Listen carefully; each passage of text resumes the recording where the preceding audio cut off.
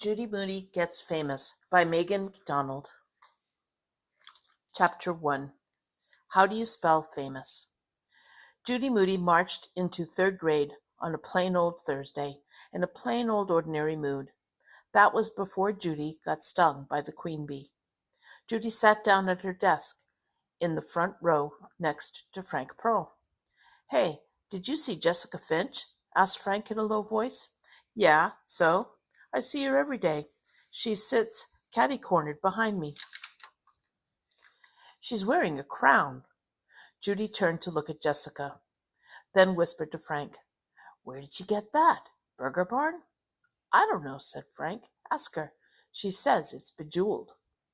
"Well, it looks bedum, if you ask me," said Judy, though secretly she admired the sparkling ruby-like gems. "Hey, are those real rubies?" Judy asked Jessica. "They're costume jewelry," Jessica said. "Who are you dressing up as? The Queen of England?" "No, I'm the queen bee," said Jessica. "I won the Envy spelling bee on Saturday." The Envy spelling bee?" Judy asked. Judy didn't envy anybody who had to spell long words into a microphone with a million and one people staring bug-eyed at her. She knew those people were silently yelling, "Flub it up," because they wanted their own kid to win. "Not envy, N-V, as in Northern Virginia?" "Oh," said Judy. "Is that where you got the crown?" "It's a tiara," said Jessica. Tiara. A tiara is a fancy crown like the Queen of England wears. Queen of the bee has to know tons of definitions. "What word did you win for?" Judy asked. "Frank wants to know," she added, in case Jessica thought she was interested. "Artichoke. It's a fourth-grade word." Artichoke. Judy could barely spell meatloaf. "Give me Science any day," she thought. Was that the rule? I before E? Or was it E before I? "I have spelling posters in my room at home," said Jessica, "with all the rules. I even have a glow-in-the-dark one. That would give me spelling nightmares. I'll take my glow-in-the-dark skeleton poster any day. It shows all 206 bones in the body." "Judy," said Mr. Todd, "the back of your head is not nearly as interesting as the front, and so far I've seen more of it today than I'd like." "Sorry," said Judy, facing front again. Jessica tapped Judy and passed her a folded page from the newspaper. Right there, smack dab in the middle of the newspaper, for the whole world to see, was a picture of Jessica Finch. It even said "Local Girl Becomes Queen Bee" in big, fat headline letters. "My dad says I got my 15 minutes of fame," Jessica whispered to the back of Judy's head. Judy did not turn around. She was green with envy.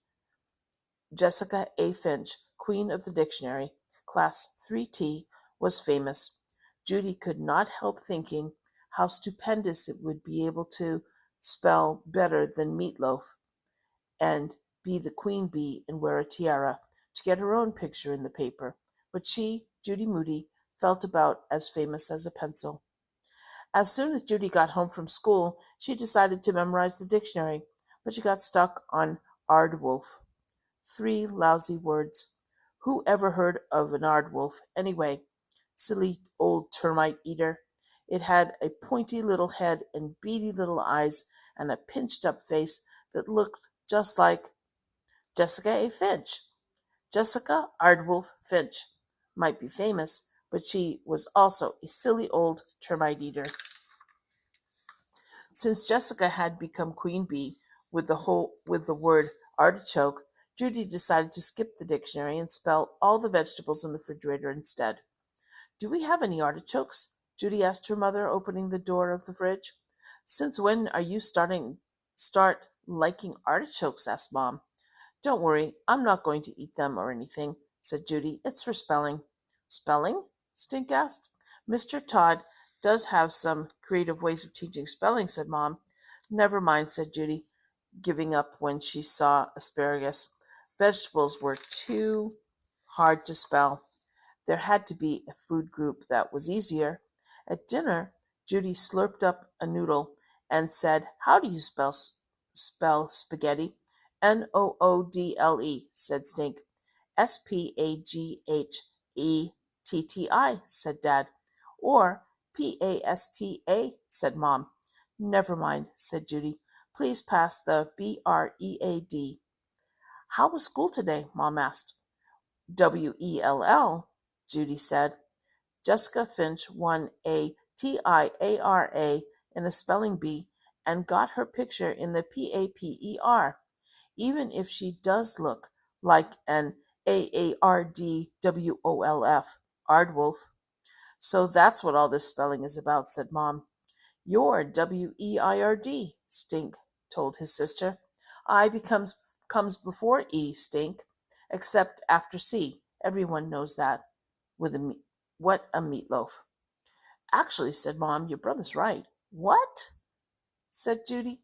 "How can he be right? He broke the rule." "Lots of rules have exceptions," said Dad. "Times when you have to break the rule. No fair." Judy slumped down in her chair. She was not going to become famous by spelling, that's for sure. The 3 strings of spaghetti left on her plate made the shape of a mean face. Judy made a mean face back. Dad took a bite out of his garlic bread and asked Judy, "You're not in one of your famous moods again, are you?"